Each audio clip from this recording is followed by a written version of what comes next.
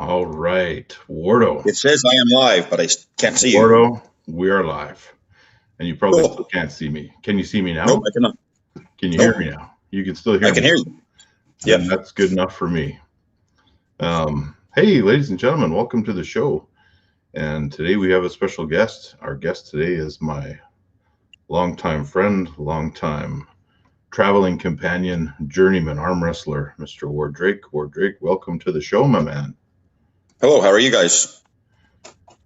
Well, we'll see. We'll see if anyone answers you. I haven't seen anyone pop up as a viewer yet. Let's see. Oh, yeah, we got a couple of people. Dustin is here as usual.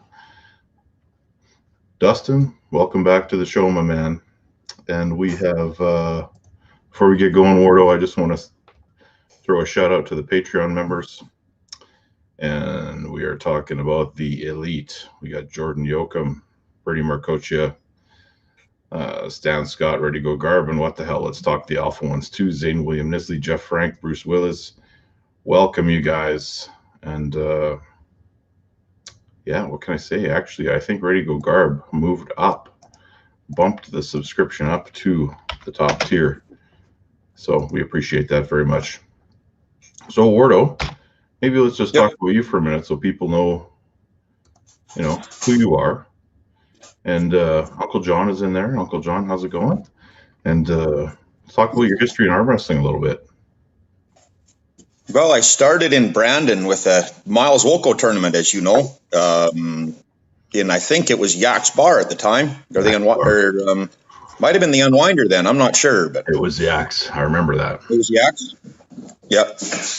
And like you, Miles got me into it. He was really active back then. He got lots of people in Manitoba into it. Same as you. Well, I mean, Miles is the guy before me for sure.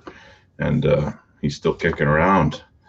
Pain Plant. A guy named Pain Plant is in the chat. And Dean Bolt. Wardo, as soon as if I see any questions here, we're going to field them. So what have you done in the sport? I mean, what is that? We're talking the 90s now, right? We're talking, I think I started 99, somewhere in there. Been to nationals a few times. My best finish at nationals is third. Quite a few time provincial champion, several time runner up to Mike Barrett at the 176 class. I think I won my first provincial title at 242 or something like that. I jumped up some classes. Yeah, I remember that. That was about 8 classes of. I think almost every class at provincials that year. Yeah, and managed to win the 242s, and of course I lost to Mike at 176. So we've been all over the place, man. Like, how far have we traveled, you and me? Montana, Calgary, when we went out to that John Brezink and Alan Fisher training tournament. Mm-hmm. All over the place, yeah. We've been put on a bunch of tournaments all over Manitoba, little wee tournaments up in Roblin and all over the place. Yeah, for a period of time, I was the president of the MAWA and you were vice, is that right? Yeah, I think so, yeah. It's all a blur, man. It's all a blur to me, but we kind of ran the show there for a little while. And bunch of tournaments in Brandon and many national championships. And about 800 stories throughout the years that some we should tell maybe someday, but I don't know. Not sure they're all appropriate for live TV, but No, they wouldn't be. But that's never stopped us in the past.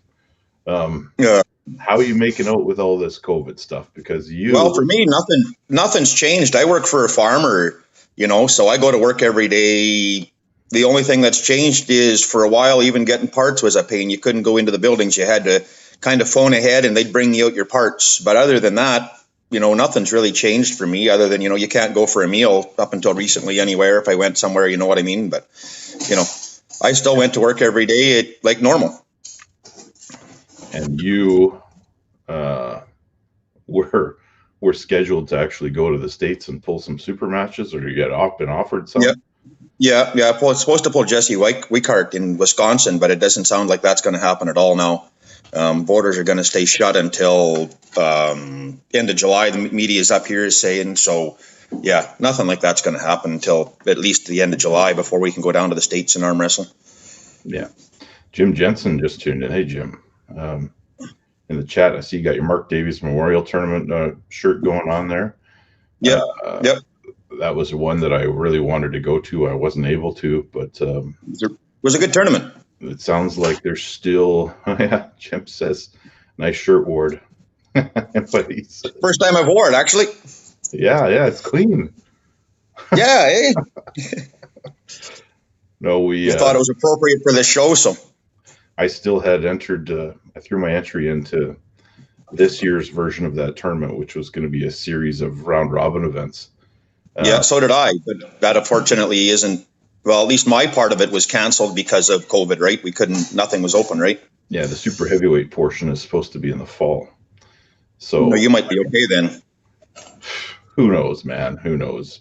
We're talking about reopening, having a practice here. I'm actually tentatively have one scheduled for the 25th.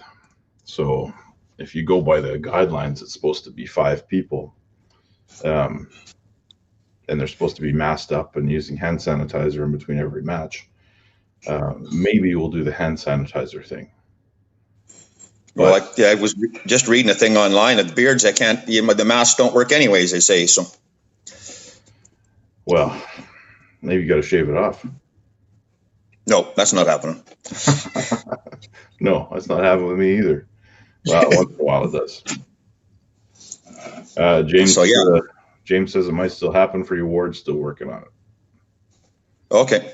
So yeah, well, it's it just depends on the border. It looks like for us up here, tournaments for you and I at least, if the border opens up, the closest tournaments we're going to have are going to be some across the line. So because I don't know of anything scheduled up here in Canada. It's an interesting thing because it's not too late. It's not too late for the MEWA to throw together a provincial championship for 2020. No. They could do that. We could even hold it outside. And it would be something that maybe we should put a bug in Daryl's ear about. But it would be maybe watch the show in a bit. That's the end of the road for the MEWA because there's no nationals this year. No, it's postponed till 2021 for the nationals in Winnipeg, and then I guess you can go on to Worlds, but you can go into Worlds anyway.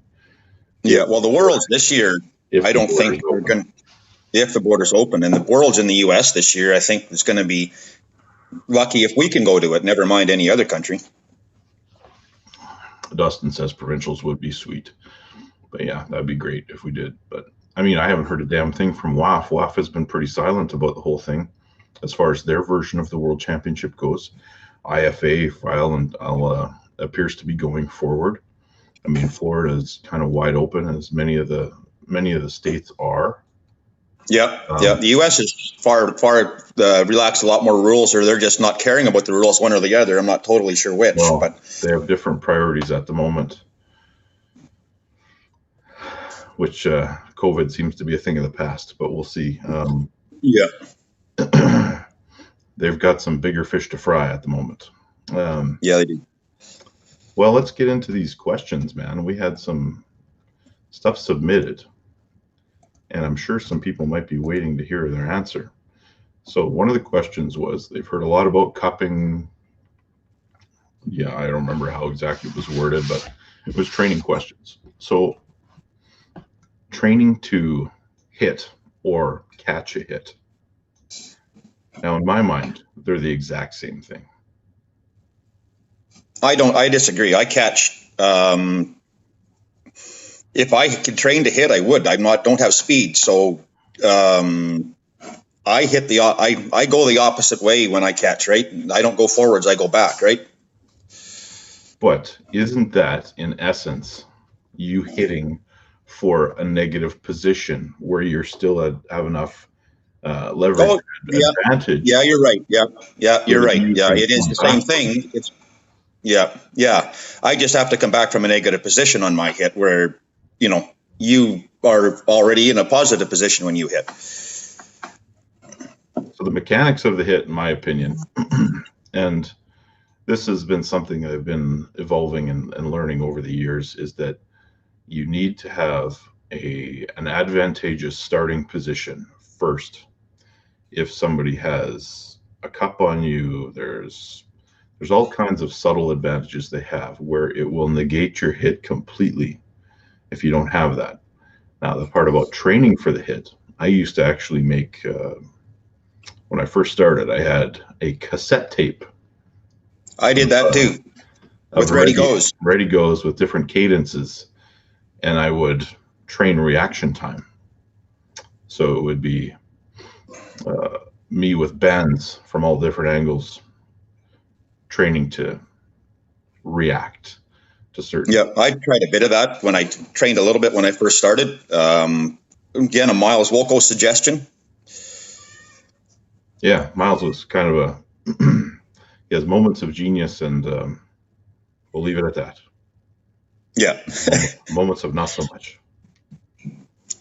But no, we used to do that. But I mean, as far as I see when somebody's really asking how to catch, I think they're going about it in a fundamentally wrong way. If you've given into the fact, Wardo, that you're going to miss that hit and somebody's going to get it to you, I mean, certainly the wrong thing to do would be to just tighten up and hope for the best. No, you can't do that. You got to plan to catch the hit. So I guess you're right. It is the same. It is the same concept. I'm just planning to take advantage on their hit instead of taking advantage, you know what I mean, on the hit itself. You got to be like water. You got to be like Bruce Lee. You find the path of least resistance, even if you're hitting into a negative position, but it's still hitting. Yeah. You're redirecting your opponent's force a little bit, and then hopefully settling into a position where you can go to work. And I think the guy that really kind of beat that into my head a little bit was Cobra Rhodes. Not always hitting to finish the match, but hitting to get into a position where you could go to work. Yeah, hitting into an advantageous position. Yeah. So as far as training that goes, I mean, explosive movements, but you also have to be kind of careful, because I think that's where you're going to end up getting injured too. Well, I think to catch a hit, you almost have to be table time, and practice Ready Goes with guys at the table. Yeah. And doing that all the time is going to really put some stress on the old arm. Mind you, I almost exclusively train that way at my practices because of the strength differential between some of the guys. I usually hold on and try to stop them and let people hit. Well, you don't have anybody in your league to really train with in Manitoba here, of your caliber. Well, the gap is getting closer, but there's ways to do that too. And that's an interesting topic we can probably talk about on a later episode, unless everyone wants me to do it today. When you're training with a huge gap in strength, how you kind of deal with that. We've been doing some small practices in Brandon with a couple of new guys there, and there's a fair strength gap between. They're not that weak; they're just not arm wrestling strong yet. You know what I mean? Yeah. So you have is my guy Adam? Is he coming out to those places or to your practice? Adam and Joey. Yeah. Good guys. First arm wrestling experience was them entering a tournament. And they did fairly well. Yeah, they did well. And that was the last Manitoba tournament before all this stuff happened. Yeah, there was supposed to be super matches at Hooters after that, and that was just at the start of it, and everything got canceled for whenever. Yeah. All right, man. Well, Dustin says do it today, so we'll come back to that if we got some time at the end here, but There's a question by Sean Russell. He's talking about progress using bands versus free weights. What do you think, Wardo? What's your favorite training style? I'm not free weights and cables. I've never been a super big trainer, as you know, practicer. I tried a bit of band stuff when I first started, but since I built my pulley machine, I think pulleys are if you're on the table, it relates to arm wrestling You know what I mean? You can get every different angle you want. I built something similar to your Krasi pulley. I think that the pulley system on the table is the way to train for arm wrestling, in my opinion. Now, I agree with you, and here's why. Bands increase in resistance as you stretch them out. So you can get really great at the last 2 inches of an arm wrestling match, but off the start, you have to make adjustments so that the pressure is maximal right from the go. And in that case, you can't hit all the way through sometimes and actually complete the movement. So plus it's almost impossible to gauge your progress because a band will weaken over time. And how do you say you did 15 reps and you grab the band? Well, you grab it a half an inch different next time and you can't actually gauge that progress either. I mean, if that's all you have, then it can prove effective. Any resistance is resistance, and training against it will make you stronger. Free weights, I don't like specifically for arm wrestling because gravity is, well, the line of pull is different based on body mechanics, whereas a pulley doesn't really lie at all. It doesn't change. If you got 75 pounds or 100 pounds on the pulley, that's what you got for resistance. Yeah, unless it's a double pulley where you cut it in half. Yeah. And you actually won the contest over on Arm Crossfire for the home training system that you whipped together yourself. It actually looks pretty good. Yeah, the only free weight I really use is that test weight. Yeah. And that's just to strengthen my wrist a little more, And you, being a guy that has been able to manufacture some things, I was always surprised that you didn't come up with some kind of invention of an arm wrestling handle or training device that you could market and sell. Well, I built lots over the years off and on, but I never ever marketed or sold them, and I should, because they're not real complicated to make, and yeah, it's just a little bit of tubing or pipe and welding. You know what I mean? It's not rocket science, right? Yeah, I mean, I talked to the guys at Arm Assassin Strength Shop for some custom stuff, and they put it together really, really quick. But I mean, Wardo, we got to invent something and throw it out there. I mean, my old wrist block that I invented got ripped off a whole bunch of times already. Yeah, and I built that pulley system like what I'm using now when I first started, and then I abandoned it. And it was the same basic system back in early 2000s that I was using, right? Mm-hmm. We got to talk about Wall WAL. Okay. Tonight it starts FS1. Oh, right. So all the different wall, like there's a ton of wall content going to be out on FS1. So we'll throw a shout out to them. Make sure you tune in. Make sure you set your DVRs wherever you're watching this. If you can get it on whatever cable provider you have, World Arm Wrestling League is going to be playing tons of content on FS1. And the one thing, because there's no other live sports, arm wrestling is getting a little bit extra exposure. That's kind of nice. There's a silver lining to this cloud, and we'll do that. So, all right, let's go back to it, Wardo. Training.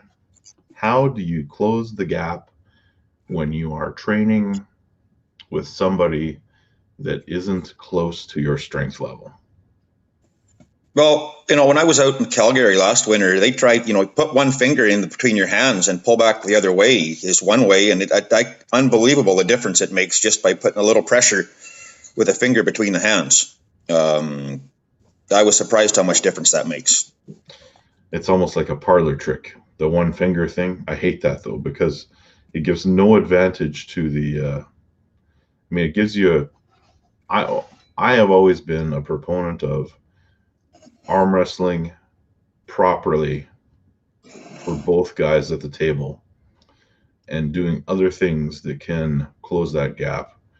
For me, a lot of times it's volume. So I'll stay at the table for a few rounds of King of the Table until I get tired enough that I'm getting beat. That you're having to use technique instead of strength to win. Correct. And the problem is that sometimes the gap is such that I can pull top roll for 2 rounds and then hook for 3 rounds and keep switching back and forth. And, the tank never really goes all the way empty. But then Robin Boychuk shows up to a practice and he does that whole flop wrist press thing, and I hold him. That horrible flop wrist. Yeah, I know. Yeah.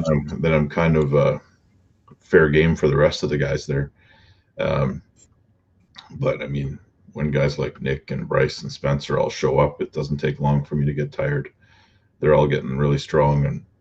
But the other thing we do is sometimes add bands to the mix, but I don't want that band to ever interfere with technique. So you don't want to wrap it around your hand. You want to wrap it around your wrist. Yeah, you want to wrap it in a place where you can add resistance without affecting the way that you're actually going to arm wrestle in a match. And that's kind of what I've preached right from get-go, is everything needs to make sense technique-wise. Otherwise, you're just doing resistance training. Yep. Dustin says he's always tried to make sure he keeps gravity in mind when using free weights, says he doesn't have a pulley yet. Yeah, right on. You do what you got to do, Dustin. I remember when I started, I had 2 40-pound dumbbells, and I set up a pull-up thing in my garage. The other thing you can do is I let guys hit and bring them back. The only problem is that doesn't benefit me as far as my timing goes. Yeah, that's more of a me thing. I don't mind coming, I always catch. So that works well for the way I arm wrestle, and it teaches them guys, even if I stop them at the pin line, to hit right to the pin line, right? Right.